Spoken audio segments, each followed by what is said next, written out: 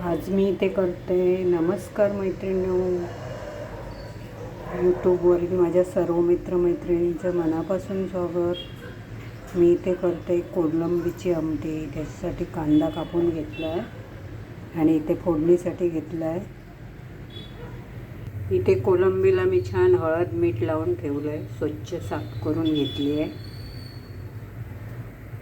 कढई ठेवली आहे, त्याच्यामध्ये कांदा लसूण हा उभा कांदा कापून घेतला आहे मी.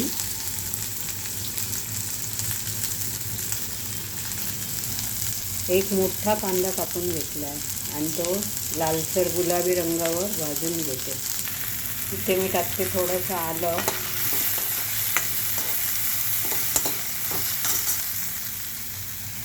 इथे मी खोबरं घेतलं आहे, तर हे खोबरं आणि याच्यामध्ये आणखीन थोडं घालून मी हे सगळं भाजून घेते.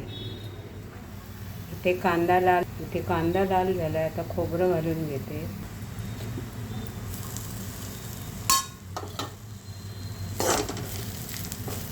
त्याला पण गुलाबी रंग येईपर्यंत छान परतून. खोबरं पण छान भाजून झालं आहे, आता काढून घेते. त्याच कढईमध्ये मी तेल घातलं आहे. आता इथे घालते फोडणीसाठी कांदा.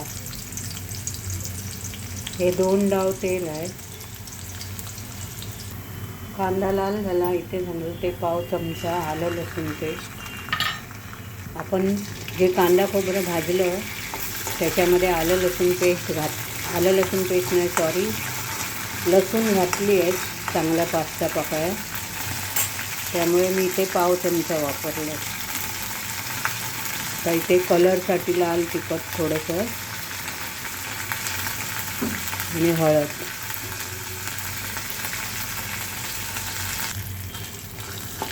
आता इथे घालते टॅमॅटो, छान परतून घेते. टॅमॅटो जरा नरम करून घेते. आता मी इथे बटाटा घालणार आहे. एक बटाटा मी छान कापून घेतला. एक कोलमी पण ॲड करून घेते.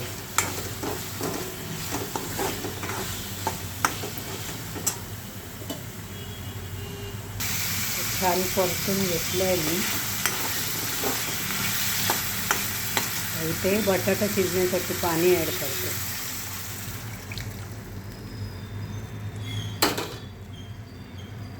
तर छान ह्यांना झाकण ठेवून शिजवून घेते. इथे भाजलेलं खोबरं मिक्सरमध्ये ॲड केलं आहे मी. इथे घेतलं आहे एव्हरेस्ट लाल तिखट, धनेपूड हा घरगुती मसाला, हळद आणि धनेपूड आणि थोडासा गरम मसाला आहे. हे छान बारीक वाटून घेते. मीडियम वाटायचं, एकदम जाडसर पण नाही आणि बारीक पण नाही, असं वाटायचं. एकदम जास्त गिलगिलीत पण वाटून घ्यायचं नाही, थोडंसं असं भरट ठेवायची. मग वाटणाचे आमटी सांबार चांगलं लागतं. थोडंसं पाणी ॲड करते आणि वाटून घेते. आता इथे झाकण उघडून बघूया आपण. बटाटा शिजला आहे. आता आपण हे वाटण घालून घेऊ. असं मी वाटण करून घेतलं आहे. आता हे मध्ये ॲड करते मी. आता मिक्सरच्या भांड्यात पाणी घालून पण धुवून ॲड करून घेते. आता आपल्याला जेवढं जाड पातळ पाहिजे तेवढं आपण करून घ्यायचं. आता मी पहिल्यांदा इथे कोकम टाकते आणि जो उरलेला हा टॅमॅटो आहे तो पण टाकून घेते.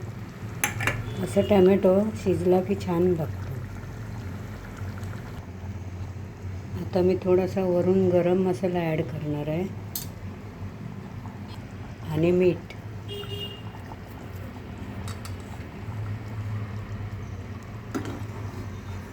छान ढवळून आणखी थोडा वेळ कढ आला की आपली कोलंबीची आमटी तयार.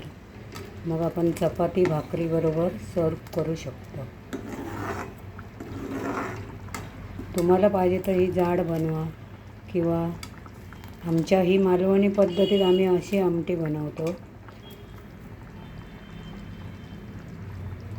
किंवा पुन्हा कांदा खोबरं भाजून त्याच्यामध्ये जे खडे मसाले आहेत,